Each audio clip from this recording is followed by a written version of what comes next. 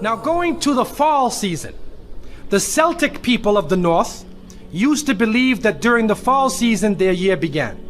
And actually for the Celtics, their New Year's was November 1st.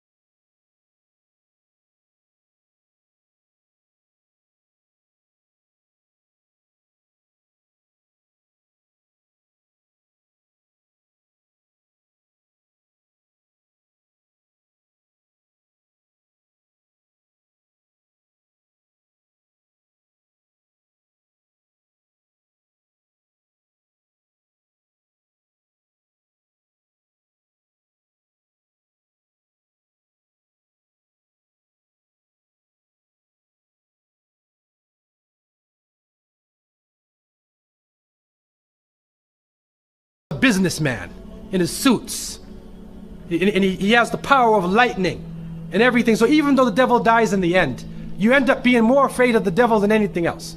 That's part of the plot, to brainwash people to be afraid of the shaitan. The reality is that the Prophet ﷺ said that the upper hand is better than the lower hand. Al-yad al-ulya khayrun min al-yad al-sufla. That the upper hand is better than the lower hand. What that means is you should be the one who gives and don't beg. That we should not be begging. And so to send a Muslim child out to trick-or-treat is a demeaning, lowering thing. You're asking them to beg people for food. Then they're dressed up as a way that they're not. Then when the candies and things come in the bag, how do you know what it is they actually gave you? Is it halal? Most of the candies today are made with gelatin, with glycerin. They're made with pork products. We had one person in our area, in the Boston area where I grew up, one person in our area, in our project, he used to sit back and he used to give everybody X-Lax. You know X-Lax? He'd give you chocolate and he puts X-Lax in the thing. And then he goes around and waits the next day to see everybody. So they can do anything to you, man. You have no control over the situation. You have no control. And what is also happening is that there are some evil, wicked-minded people who are attacking children on that night. I don't know about Miami, but in Canada now, they openly say on the television, do not send your children trick-or-treating by themselves. Do not go in darkened streets. Move as a group. Don't go to a house that you don't know the people on the inside.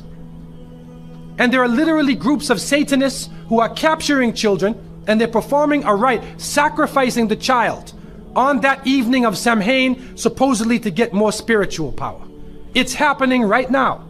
And so from so many angles, Muslims should have nothing to do with Halloween. And if your children are in school, go to the teacher.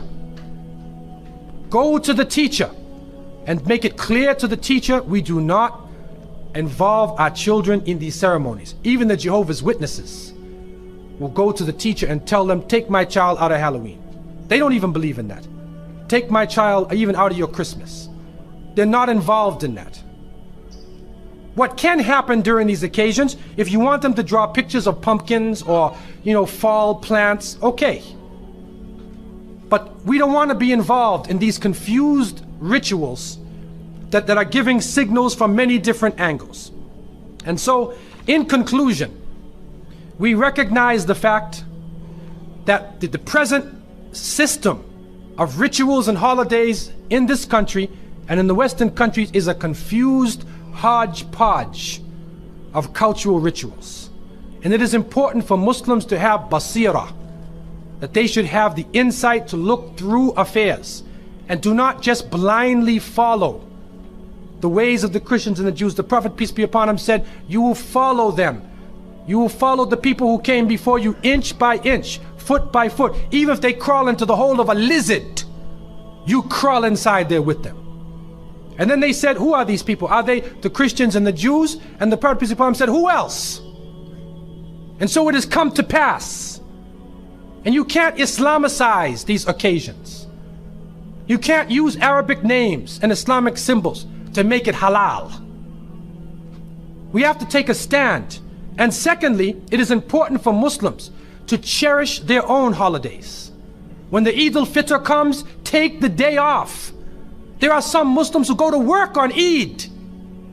They go to Eid prayer and they go to work. So what happens to your children? They don't have a chance to relax and enjoy themselves. Organize an activity. Bring their families together. Eat together. Do things together. Remember Allah subhanahu wa ta'ala together. Make it a happy occasion for them. They will remember their Eids. Eid al-Fitr, Eid al-Adha. If they don't, then they get involved in Christmas, in Easter, in Halloween, where even in the Christian tradition now, it is confusing. And many of the Christians now, Seventh-day Adventists, Jehovah's Witnesses, and many people are taking a stand. And they're saying, we do not want to follow the pagan religion. So what about those who have been blessed with monotheism? And so I want to leave you with these words.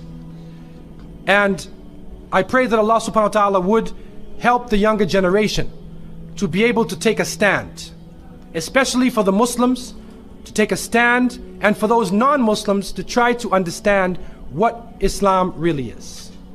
To try to understand that our society, what we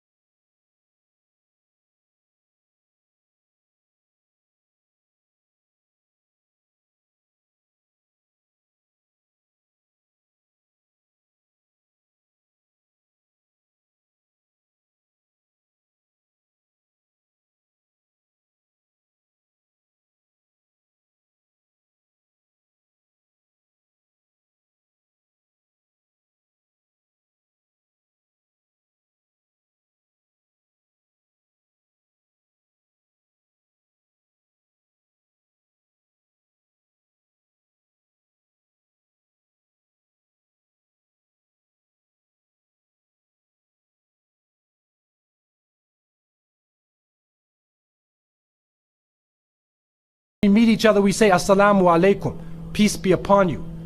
And we pray for peace for all people.